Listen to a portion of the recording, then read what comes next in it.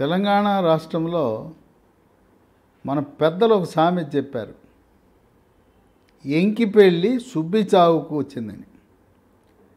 వీళ్ళు కాంగ్రెస్ ప్రభుత్వం వాళ్ళ ఎన్నికల హామీలో మహిళలకు ఉచిత ఆర్టీసీ బస్సు ప్రయాణం అది బాగానే ఉంది. కానీ దానివల్ల మరొక 10 లక్షల కుటుంబాలు రోడ్డును పడకూడదు కదా.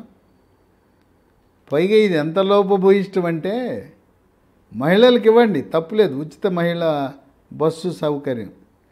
ప్రపంచవ్యాప్తంగా అభివృద్ధి చెందిన దేశాలన్నిట్లలో కూడా సీనియర్ సిటిజన్లకు, దివ్యాంగులు, వికలాంగులకు ఉచిత బస్సు ప్రయాణం సౌకర్యం కల్పిస్తారు. ఉచిత బస్సే కాదు, వాళ్ళు ఎక్కగానే కూర్చున్న వాళ్ళు లేచి సీనియర్ సిటిజన్లకు, దివ్యాంగులు, వికలాంగులకు సీట్ ఇస్తారు. ఇక్కడ ఈ మహిళా రిజర్వేషన్ అంటే మొత్తం మహిళలకి, సీనియర్ సిటిజన్లు, వృద్ధులు, మగవారు పడే ఇబ్బందులు వర్ణనాతీతం. పాపం దివ్యాంగులు, ఈ స్త్రీలే బస్ ఎక్కి జుట్లు పట్టుకుంటున్నారు, చెప్పు తీసి కొట్టుకుంటున్నారు. ఆ విధమైన పరిస్థితి ఉంటే ఇంకా దివ్యాంగులు వాటిలో ప్రయాణం చేసే పరిస్థితి ఉందా? కనుక మీ పథకంలో మహిళలకు ఉచిత బస్సు సౌకర్యంతో పాటు సీనియర్ సిటిజన్లకు, దివ్యాంగులకు కూడా ఉచిత బస్సు ప్రయాణ సౌకర్యంతో పాటు దివ్యాంగులకు, సీనియర్ సిటిజన్లకు ఒక ప్రత్యేకంగా ఒక ఏరియా బస్సులో కొన్ని సీట్లు కేటాయించవలసిన అవసరం ఎంతైనా ఉంది. ఇక ఇదిలా ఉంటే ఈ ఉచిత బస్సు ప్రయాణం వల్ల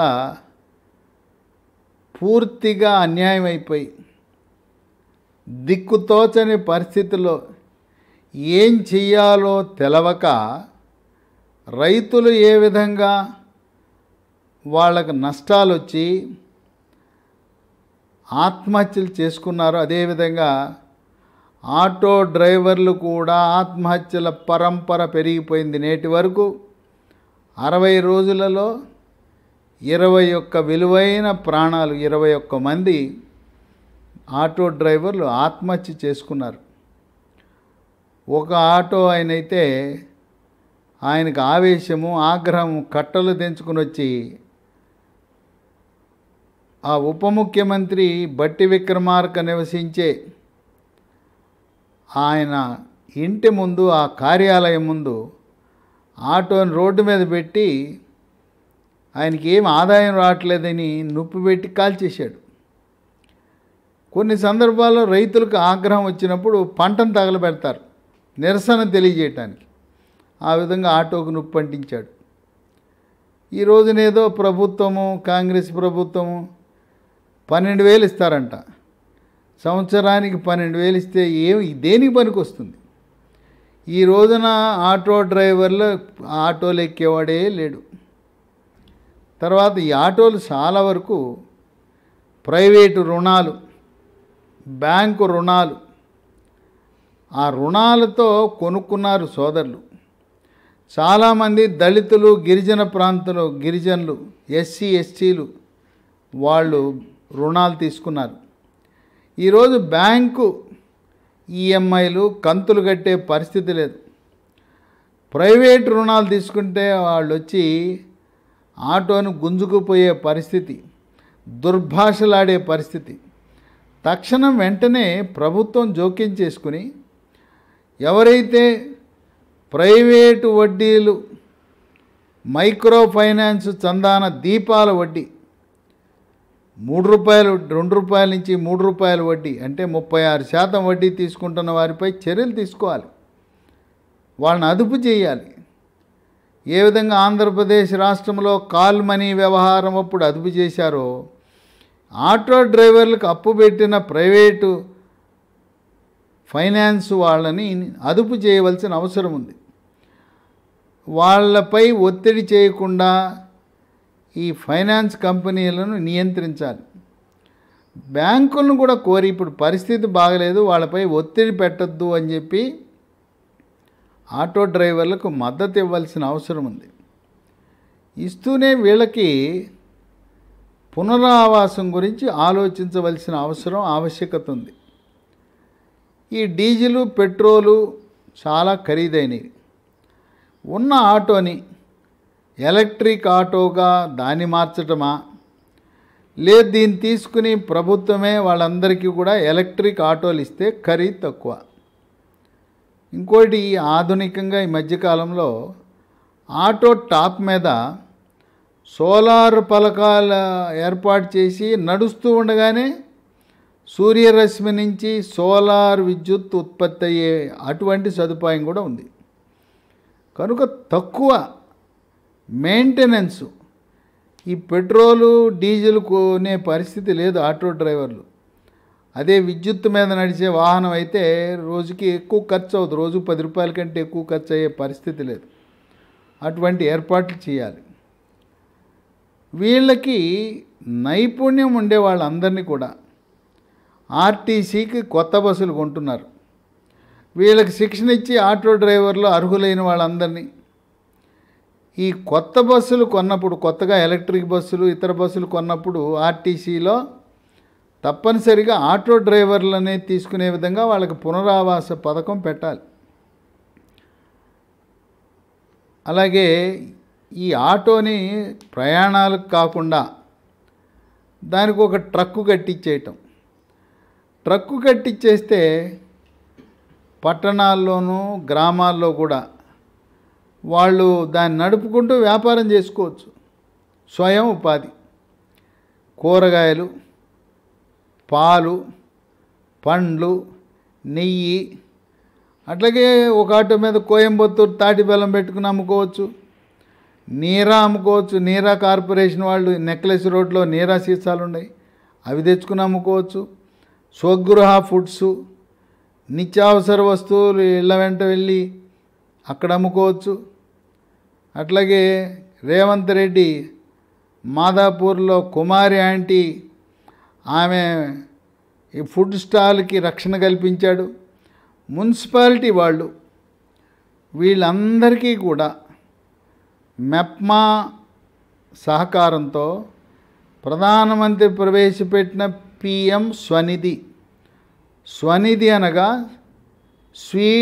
స్ట్రీట్ వెండర్స్ ఆత్మనిర్భర్ నిధి.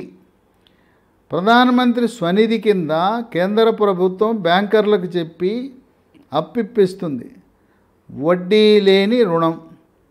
దాంతో ఈ స్ట్రీట్ వ్యాపారాలు, వీధి వ్యాపారాలు, పండ్లు, కూరగాయలు, లేదు ఫాస్ట్ ఫుడ్ సెంటర్లు, కర్రీ పాయింట్లు, లేదు మధ్యాహ్నం స్నాక్స్, ఇలాంటి వాటిని మున్సిపల్ శాఖ వాళ్ళు ప్రోత్సహించవలసిన అవసరం ఉంది. గ్రామీణ ప్రాంతంలో ఉండే ఆటో డ్రైవర్లకి వాళ్ళకి ట్రాక్టర్లు కొనుక్కునే అవకాశం ఇస్తే, దానికి ఆర్థిక సాయం ఇస్తే ట్రాక్టర్లు కొనుక్కొని ట్రాక్టర్ మీద బతికేస్తారు. కనుక ఈ రవాణాకు పనికొచ్చేవి కాకుండా ట్రక్కు కట్టి చేసుకోవచ్చు. ఆటో వదిలేసి ప్రభుత్వమే వీళ్ళకి ఇన్నోవా కార్ల పథకం చంద్రబాబు నాయుడు కొన్ని 20,000 మందికి ఇన్నోవా కార్లు కొనిచ్చాడు. ఇన్నోవా కారు కొనిచ్చిన తర్వాత వాటిని ఓలా, ఊబర్ కింద తిప్పుకోవచ్చు, లేదు ట్యాక్సీల కింద తిప్పుకోవచ్చు. ఆ విధంగా SC STలకు ఇన్నోవా కార్లు, తర్వాత ఓలా, ఊబర్తో వాళ్ళు జీవనం గడిపేయచ్చు. ఇప్పుడు ప్రధానమంత్రి గారు కిలో బియ్యం 29 రూపాయలకి భారత్ రైస్, అట్లాగే శనగపప్పు కిలో 60 రూపాయలకే, గోధుమ పిండి 27 రూపాయల 50 పైసలకే కేంద్ర ప్రభుత్వం అందిస్తూ ఉంది. ఈ కేంద్ర ప్రభుత్వం ఇచ్చే ఈ వస్తువులు ఆటోలో పెట్టుకుని ఆటో ట్రక్కు కట్టించుకోవాలి, ప్యాసింజర్లు కాకుండా. దాంట్లో ఇవి అమ్ముకోవచ్చు. గ్రామాల్లో అమ్ముకోవచ్చు, పట్టణాల్లో అమ్ముకోవచ్చు, పట్టణాల్లో బస్తీల్లో అమ్ముకోవచ్చు. హాయిగా జీవనం గడిచిపోతుంది. ఇక ప్యాసింజర్ల మీద ఆధారపడకుండా ఇలాంటివి ప్రత్యామ్నాయాలు ఆలోచించాలి. లేదు ఆటో డ్రైవర్లు ఏదైనా స్వయం ఉపాధికి వెళ్తానంటే కేంద్ర ప్రభుత్వము ముద్రా రుణాలని బ్యాంకు రుణాలు ఇప్పిస్తుంది. ఆ ముద్రా రుణాలు తీసుకుని ప్రత్యామ్నాయం వ్యాపారంకి వెళ్ళచ్చు. అట్లాగే ఈ ఆటో డ్రైవర్ల యొక్క నైపుణ్యాలను పెంచవలసిన అవసరం ఉంది. నైపుణ్యాలు పెంచడానికి జాతీయ స్థాయిలో జాతీయ స్కిల్ కార్పొరేషను, రాష్ట్రంలో తెలంగాణ స్కిల్ డెవలప్మెంట్ కార్పొరేషన్ సంయుక్తంగా వాళ్ళకి శిక్షణ సమయంలో ఉచిత భోజన సదుపాయము, శిక్షణ సమయంలో కూడా కొంత స్టైపెండ్ ఇచ్చే సదుపాయం ఉంది. నైపుణ్యాల అభివృద్ధి చేసే ప్రక్రియలో ఆ విధంగా వీళ్ళకి ఆటో డ్రైవర్లకు పునరావాసం కల్పించవలసిన అవసరం ఉంది. లేదంటే కాంగ్రెస్ పార్టీకి మళ్ళీ రాబోయే 28 ఎన్నికల్లో పెద్ద షాకు తగులుతుంది. మీకు మహిళలు ఓట్లు వేస్తారో లేదో కానీ ఈ 10 లక్షల మంది ఆటో డ్రైవర్లు వాళ్ళ కుటుంబాలు వాళ్ళను చూసి వాళ్ళ సపరివారంగా ఒక 50 లక్షల ఓట్లు కాంగ్రెస్ పార్టీకి మైనస్ అయిపోతాయి. ఒకరికి సహాయం చేయటం తప్పులేదు, ఒకరికి అనుకూలత కల్పించడం తప్పులేదు. మహిళలకు ఉచిత రవాణా పెట్టి ఆటో డ్రైవర్లు పొట్టగొట్టడం ఏమాత్రం ఎంతవరకు సమంజసం? ఈ విధంగా వాళ్ళు ఆటో డ్రైవర్లు అవి నెలవారీ కంతులు కిస్తీలు కట్టలేని పరిస్థితి, డీజిల్ పెట్రోల్ కొనుక్కునే పరిస్థితి లేదు, వాళ్ళ పిల్లలను చదువుకునే పరిస్థితి లేదు, పస్తులు, భార్య కూడా ఏమి దిక్కుతోచని పరిస్థితి. కనుక కాంగ్రెస్ ప్రభుత్వం పుణ్యమా అంటూ ఆటో డ్రైవర్లను ఆత్మహత్యలకు పురిగొల్పేలా ఉంది. ఇప్పటికే వాళ్ళు పేదలు, వాళ్ళు నిరుపేదలుగా నెట్టివేయబడ్డారు. ఇక పోలీసు ఆటోవాడు కనపడగానే వాడికి చలాన్లు వేస్తుంటారు. మూలిగే నక్క మీద తాటిపండి అన్నట్టుగా వాడేం కడతాడు? కనుక పోలీస్ శాఖ ఆటోలకు చలానాలు వేయొద్దని ఆదేశాలు ఇవ్వాల్సిన అవసరం ఉంది. వాడికి ఎవరు గిరాకీలు లేవు. ఈ రవాణా శాఖ లైసెన్స్ కట్టాలంటే వాడి వల్ల అవుతుందా? డ్రైవింగ్ లైసెన్స్ ఆటో డ్రైవర్లకు రద్దు చేయాలి. అట్లాగే ఆటోకి ఏమొస్తుంది? దానివల్ల పెద్ద ఆదాయమే రాదు. ఈ ఆటోల నుంచి ట్రాన్స్పోర్ట్ రవాణా శాఖకు వచ్చేది మొత్తం తిప్పి కొడితే 50 కోట్లు కూడా రాదు. కనుక వాళ్ళకి ఈ ఆటో వాళ్ళకి రవాణా శాఖ విధించే ఛార్జీలు ఉంటాయి, అవి కూడా రద్దు చేస్తే కొంతవరకు వెసులుబాటు ఉంటుందని భావిస్తున్నారు. మున్సిపాలిటీలోనూ గ్రామాల్లోనూ స్వచ్ఛ భారత్ పథకం కింద కేంద్ర ప్రభుత్వ నిధులతో, కేంద్ర పట్టణాభివృద్ధి శాఖ స్వచ్ఛ భారత్ మిషన్ నిధులతో పొడి చెత్త తడి చెత్తని వేరువేరుగా ఒక ఆటోలో 2 కంపార్ట్మెంట్లు చేసి గ్రామాలలో మున్సిపాలిటీలో రవాణా చేయటానికి ఇప్పటికే ఈ ఆటోలను వినియోగిస్తున్నారు. అవి బయట వారికి ఇవ్వకుండా స్వచ్ఛ భారత్ కింద వచ్చే కార్యకలాపాలన్నీ, ఆ పొడి చెత్త తడి చెత్త ఆ రవాణా అన్నీ కూడా ఈ రోజున ఉపాధి లేని ఆటో డ్రైవర్లకు అవకాశం ఇవ్వాలి. ఆ విధంగా మున్సిపల్ శాఖకి, పంచాయతీరాజ్ శాఖకి ఆదేశాలు, ప్రభుత్వ ఆర్డర్లు ఇవ్వాల్సిన అవసరం, జీవోలు ఇవ్వాల్సిన అవసరం ఉన్నది. ఏదైనా మొదటి ప్రాధాన్యత ఆటో డ్రైవర్లకు ఇచ్చి వాళ్ళు లేని పక్షాన ఇతర విధానాలు అవలంబించండి అని చెప్పే పరిస్థితి ఉండాలి. ఇక గల్ఫ్ దేశాలకు వెళ్తే వీళ్ళ పరిస్థితి బాగానే ఉంటుంది. వీళ్ళకి కావలసిన నైపుణ్యాలు ఇస్తూ Telangana overseas man power company అని ఉంది, టామ్కామ్, హైదరాబాద్ నగరంలో ఉంది. ఈ టామ్కామ్ వాళ్ళు ఏం చేస్తుంటారంటే తెలంగాణ రాష్ట్రంలో డ్రైవర్లు, కార్పెంటర్లు, ఎలక్ట్రీషియన్లు, కుక్కులు, హౌస్ కీపింగు, నర్సులు వీళ్ళందరికీ శిక్షణ ఇచ్చి, ఇది ప్రభుత్వ రంగ సంస్థ ద్వారా వాళ్ళ ద్వారా ఇతర దేశాలు పంపుతారు, మెయిన్గా గల్ఫ్ దేశాలకు. ప్రస్తుతం టామ్కామ్ సంస్థ రంగంలో దిగి గల్ఫ్ దేశాల్లో డ్రైవర్ల అవసరం చాలా ఉంది. అక్కడికి ఈ ఆటో డ్రైవర్లను, ఈ ఆటో నడిపే వాళ్ళందరినీ టామ్కామ్ ద్వారా కొన్ని వేల మందిని పంపించే సదుపాయం ఉంది. ప్రభుత్వము ఒక నిపుణుల కమిటీని నియమించాలి. నిపుణుల కమిటీలో పోలీసు, రవాణా, అలాగే ఈ టామ్కామ్ సంస్థ, తెలంగాణ రాష్ట్ర స్కిల్ డెవలప్మెంట్ కార్పొరేషన్లు, అట్లాగే లీడ్ బ్యాంకర్సు, ఒక్కొక్క జిల్లాకు ఒక లీడ్ బ్యాంకర్ ఉంటారు. వీళ్ళకి ఆర్థిక సహాయం కావాలి. తర్వాత వీటిని ఆటోల్ని ఎలక్ట్రిక్ ఆటోలుగా బదిలీ కానీ మార్చటం కానీ, దానికి ఈ non conventional energy development corporation ఉంది. సాంప్రదాయేతర ఇంధన వనరుల అభివృద్ధి సంస్థ, వాళ్ళను రంగంలో దింపి కేంద్ర ప్రభుత్వం యొక్క సబ్సిడీ తీసుకుని డీజిల్, పెట్రోల్ ఆటోలను ఈ ఎలక్ట్రిక్ ఆటోలుగా బదిలీ కానీ మార్పిడి కానీ. అట్లాగే వ్యవసాయ శాఖ రైతులకు ట్రాక్టర్లు ఇస్తారు. రైతులకు ఇచ్చిన విధంగానే వీళ్ళకి ఆటో డ్రైవర్లు కూడా ట్రాక్టర్లు ఇస్తే గ్రామీణ ప్రాంతంలో వాళ్ళు పొట్ట నింపుకునే అవకాశం ఉంది. వ్యవసాయ పనులు చేస్తారు, రవాణాకు కూడా ఉపయోగపడతాయి. ఆటో డ్రైవర్లు కూడా గతంలో నేను ప్యాసింజర్లు ఎక్కించుకోవాలి అనే ధోరణి కాకుండా ప్రత్యామ్నాయ మార్గాలను అన్వేషించవలసిన అవసరం ఉంది. స్కూలు పిల్లల్ని తీసుకువెళ్ళటం, తీసుకురావటం అది బాగానే ఉంటుంది. స్కూలు యాజమాన్యాలతో ఒప్పందం కుదుర్చుకుని పరిమితంగా 6గురినో 8గురినో ఎక్కించుకోవటం, సమయానికి తీసుకువెళ్ళటం, తీసుకురావటం.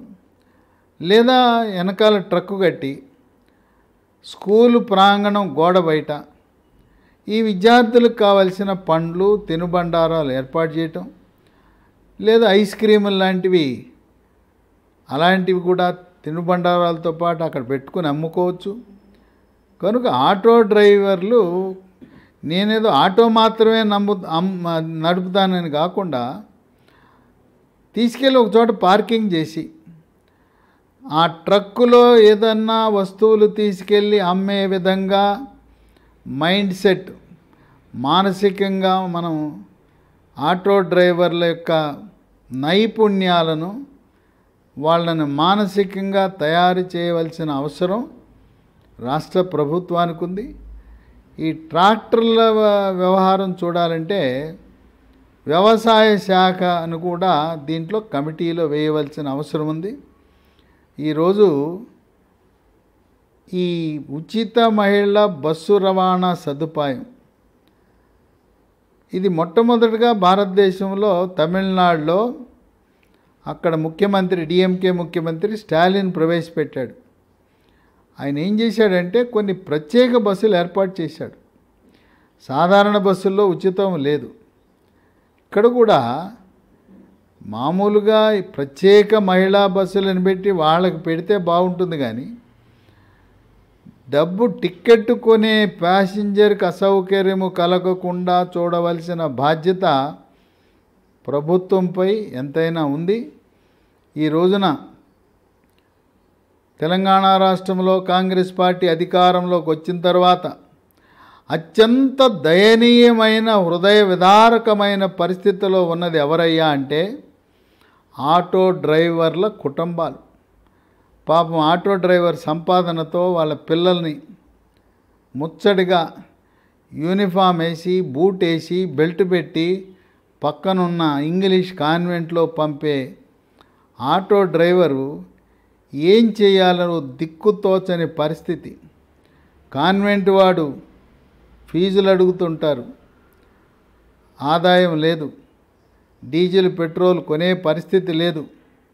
అందువల్ల తక్షణం ఆలస్యము చేయకుండా మేధావుల యొక్క, విజ్ఞుల యొక్క సలహాలు కూడా తీసుకుని అవసరమైతే ఈ ప్రతిపక్షం బీజేపీ, బీఆర్ఎస్, ఎంఐఎం పార్టీ వాళ్ళ ఆలోచనలు కూడా తీసుకునే విధంగా వాళ్ళు కూడా ప్రతిపక్షాలమైన సలహాలు ఇవ్వాలి కానీ రెచ్చగొట్టడం బాధ్యతగా పెట్టుకోకూడదు. ముఖ్యంగా దళితులు, గిరిజనులు ఎవరైతే ఆటోలు నడుపుతున్నారో వాళ్ళ పరిస్థితి అగమ్య గోచరంగా ఉన్నదని విశ్లేషకులు భావిస్తున్నారు.